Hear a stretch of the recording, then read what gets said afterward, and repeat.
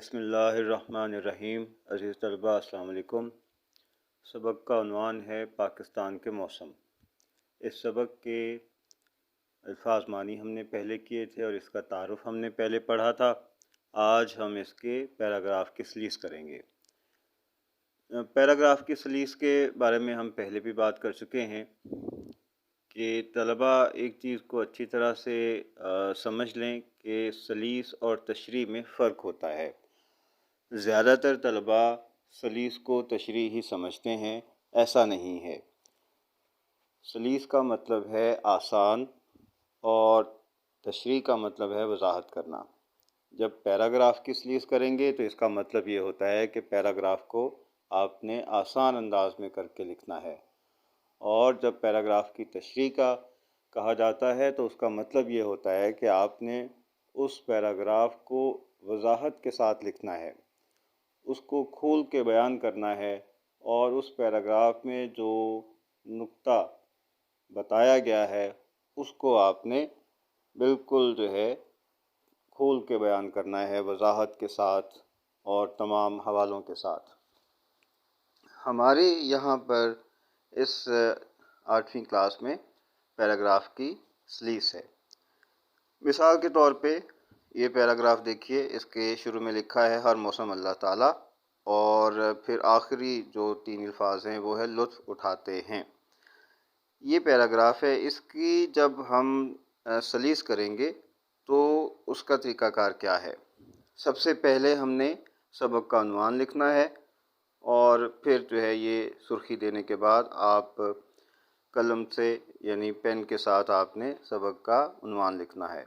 फिर उसके बाद अल्फाज और मानी के आपने सुर्खियाँ देनी हैं, यानी हेडिंग्स देनी हैं, और पेन के साथ अल्फाज मानी लिखने हैं। फिर उसके बाद जो आप सुर्खी देंगे वो सलीस लिखेंगे या फिर पैराग्राफ की सलीस, दोनों हेडिंग में से कोई एक हेडिंग आप देंगे। तो इस पैराग्राफ की सलीस करके मैं आपको बता रहा हूँ। ओरिजिनल पैराग्राफ जो है वो आपके सामने है, और इसकी सलीस मैं करके आपको बता रहा हूँ। सबसे पहले आपने उसके अल्फाज मानी लिख लेने हैं। जैसे नेमत है, नेमत का मतलब इनाम है। लुत्फ़ है, उसका मतलब मज़ा है। और सिकंजबीन एक मशरूब जो लीमू और चीनी या नमक से बनाया जाता है। बहार दिखाना, रूप दिखाना, जायका यानी मज़ा। अब इसकी सलीस वो इस तरह से होगी। हर मौसम हमारे लिए अल्लाह ताला की तरफ से एक इनाम है। हमारे मुल्क में मौसम एक जैसा नहीं रहता, बल्कि ये मौसम बदल कर आते हैं।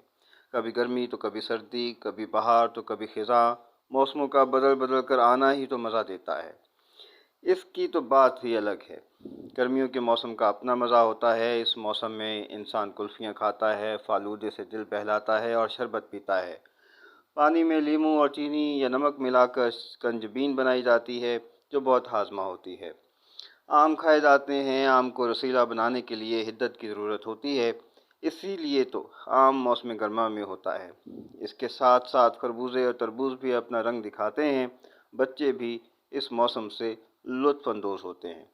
वो मुख्तलिफ़ ज़ायके की आइसक्रीम खाकर मज़े लेते हैं। बुज़ुर्ग खुली हवा में दरख्तों के नीचे सायादार दरख्त पर बैठते हैं।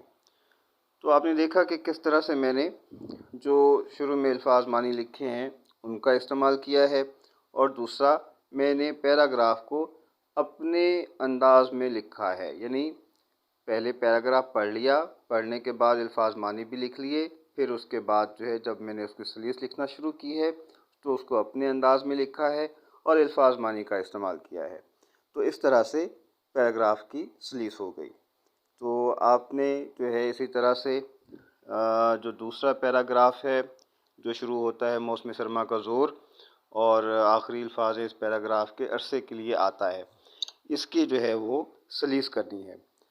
तो यही आपका वो घर का काम है, और आपने इस पे इसकी मशक करनी है। अल्लाह हाफ़िज़।